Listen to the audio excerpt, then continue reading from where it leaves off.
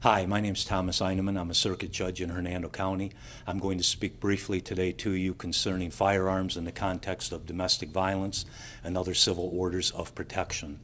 A firearm is defined as any weapon that is designed to or is readily convertible into being able to discharge a projectile by means of an explosion, any frame or receiver of any such weapon, any machine gun, destructive device, or silencer or muffler.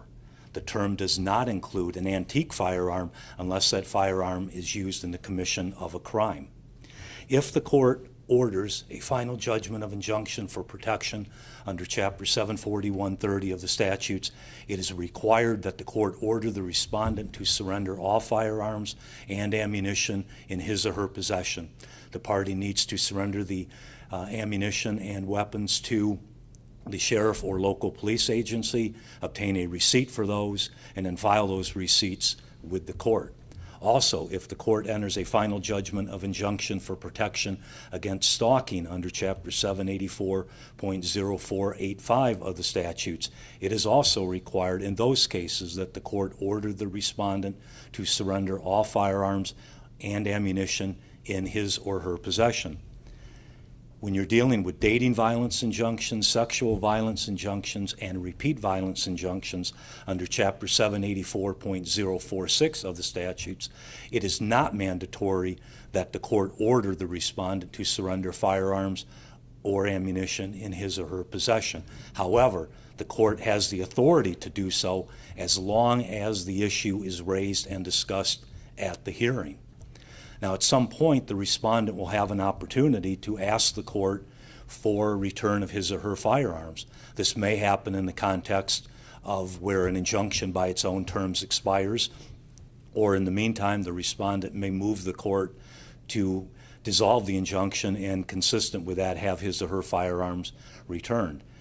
In our jurisdiction, what has to happen in that situation is the respondent files a motion with the court.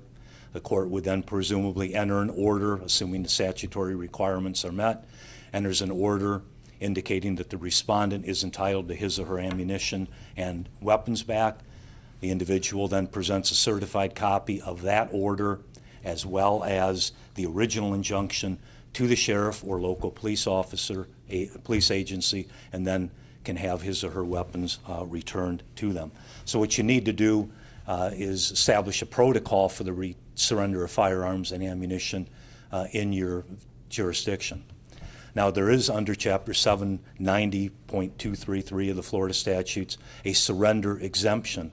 And what that means is if the respondent is a state or local law enforcement officer holding a current certification and has been issued weapons and or ammunition in the performance of his or her duties by that agency, that individual can in fact be allowed to have weapons and ammunition for work purposes. However, the exemption in 790.233 does not prohibit the court from requiring the respondent to surrender his or her personal firearms and ammunition.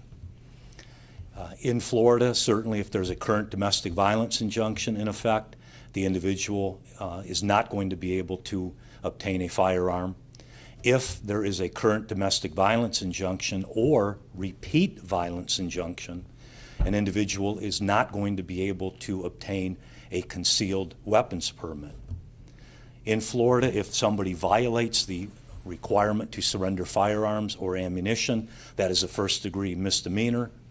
If it violates federal law, then an individual would be facing a fine of up to $250,000 as well as up to 10 years in jail.